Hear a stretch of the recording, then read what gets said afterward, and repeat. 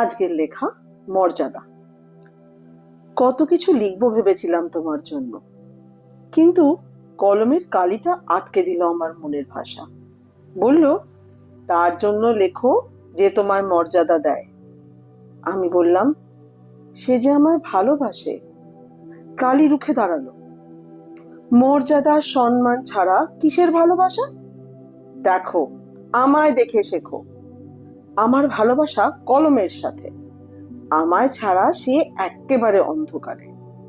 একে বলে ভালোবাসা। আর কাগজ, যার ওপর আমি আছি বলে ভাষার ছবি তৈরি হয়, তার আমার প্রতি শুধু ভালোবাসা নয়, আছে মর্যাদা। আমি হেসে ফেললাম। বারে, কলম তো তোমায় ভালোবাসে, কাগজ তো শুধু মর্যাদা দেয়। তাহলে লাল কালি, নীল কালি, সবুজ কালি, সবাই রে রে করে উঠল। বলল, বোকামি, এও বোঝো না? আমরা কলম ছাড়াও বাঁচতে পারি। ভাষার ছবি ফুটিয়ে তুলতে পারি কাগজের বুকে।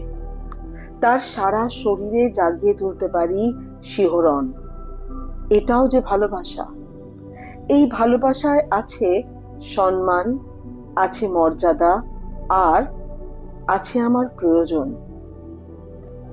কলমের ঢাকা দেওয়া ঘেরাটোপ ছাড়াও আমি বাঁচতে পারি, কিন্তু যার শরীরে আমার কথা ফুটিয়ে তুলতে পারে কোনো নারীর স্বপ্ন বা কোনো ছোট্ট মেয়ের কল্পনা, সেই সাদামাটা কাগজটা আমার কাছে খুব দামি।